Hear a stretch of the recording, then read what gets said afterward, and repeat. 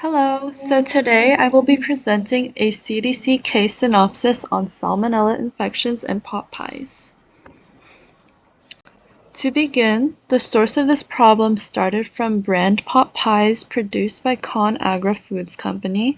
People throughout the United States were ingesting the store-bought pot pies, and there were approximately 272 individuals that have become ill from the bacteria Salmonella, which is mainly found in animals and animal feces. This can spread to non-contaminated food like fruits and veggies, as well as objects that have been touched by salmonella. Infants, elderly people, and people with impaired immune systems are the most susceptible to this bacteria. When deciding on how to solve the situation, we may consider certain factors like the severity of the situation or who is being affected by the situation. If we are able to understand how severe this situation is and who is being affected by this, we can make efforts to prevent the situation in the future. So, I will be explaining what I believe the strength, weaknesses, opportunities, and threats are for this situation. For strength, I believe that rapid investigation and confirming cases and sources at an efficient and effective rate is something that we could, something that's noticeable in this situation. As for weakness, I also believe that the community will be scared because we go to the grocery stores every single day, and many people will be scared to purchase eggs or meat or anything that would come into contact with salmonella.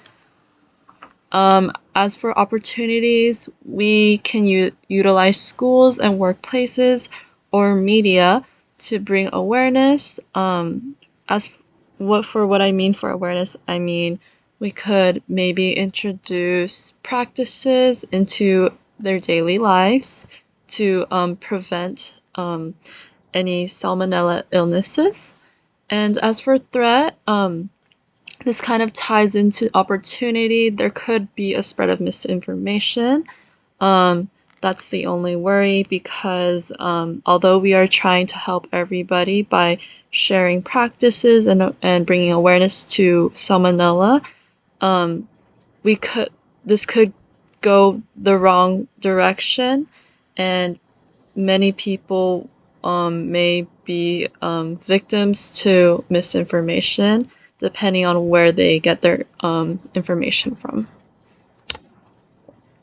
As for the issue, the root cause of this situation was from pot pies, but to this day we still don't know how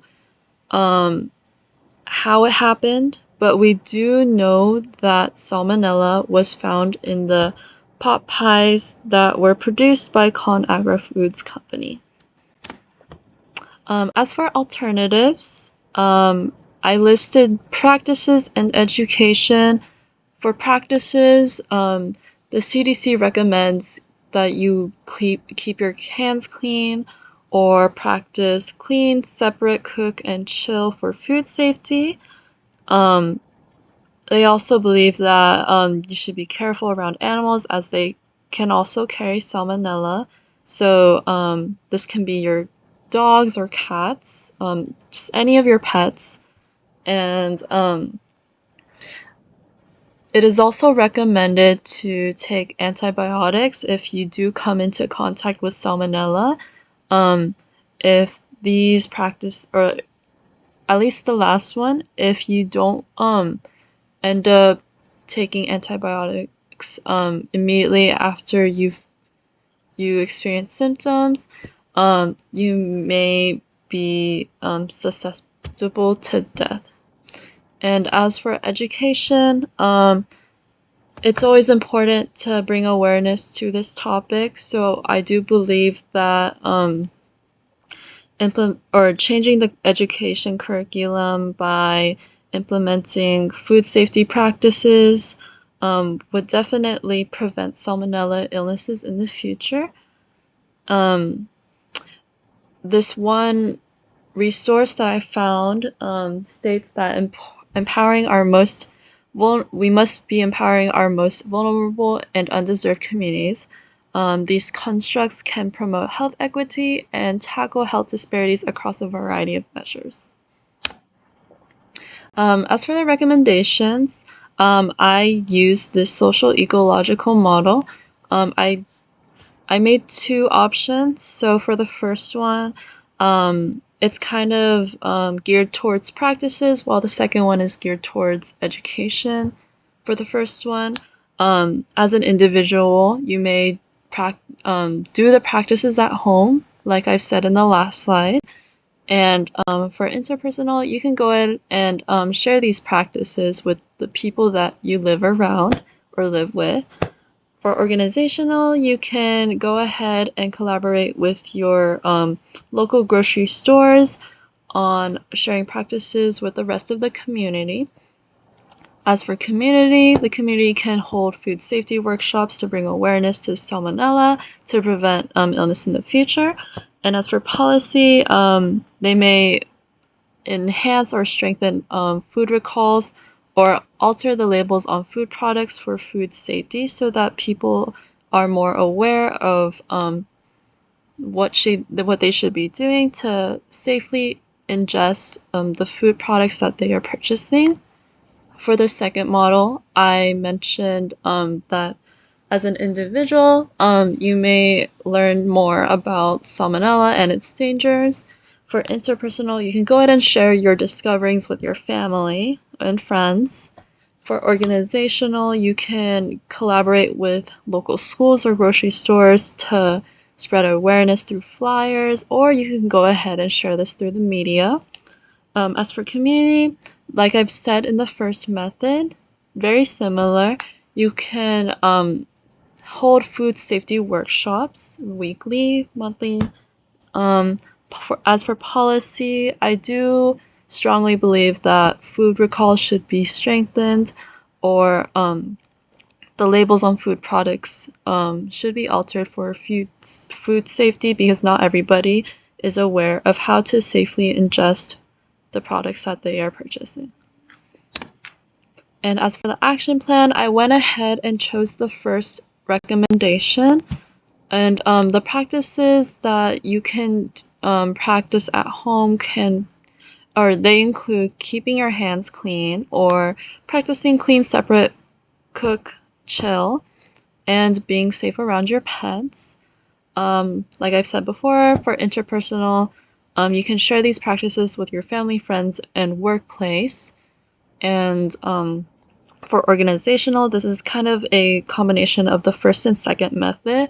You can go ahead and collaborate with grocery stores on sharing practices, and by ways that you can, or like a couple ways or methods that you can do to share these practices on having food safety practice labels or creating flyers to bring awareness. For the community, you can hold food safety workshops every week, held by the city or your school. Anywhere works, honestly. And as for policy, definitely enforce food recalls or alter the labels on food products for food safety. This is mainly monitored by the FDA, so this is out of our control. In conclusion, there was another case that I found on the internet that happened very recently in Florida, Wisconsin, Illinois, South Dakota, Utah, Missouri. Basically, people were handling poultry improperly, and the practices that needed to be addressed were washing hands, acknowledging safety temperatures when dealing with eggs, and